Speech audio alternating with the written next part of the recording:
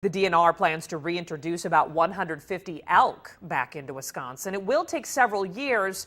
Wardens say it will double the state's current population, but some of the elk farming business say the plan is a recipe for disaster. NBC 26's Eric Crest has the story. Elk once inhabited 50 of Wisconsin's 72 counties, but today the only wild elk you'll find, of approximately 160 of them, are in North Wisconsin near Clam Lake or at elk farms like this. We've never been against reintroducing elk to Wisconsin. Our concern is not bringing disease in with the animals that are coming.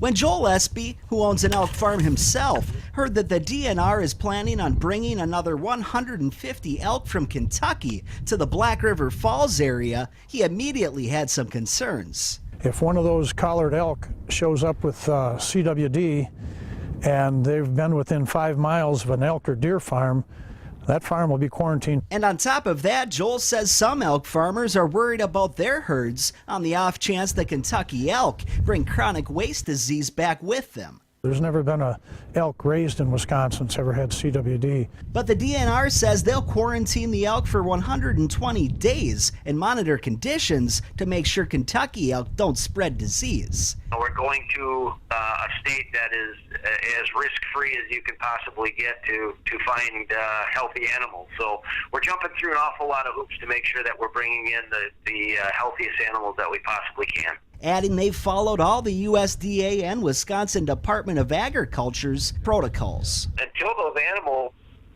test perfectly clean, they can't be released into the wild. But for some elk farmers, that's no guarantee their herd will be safe. Reporting in Valders, Eric Crest, NBC 26.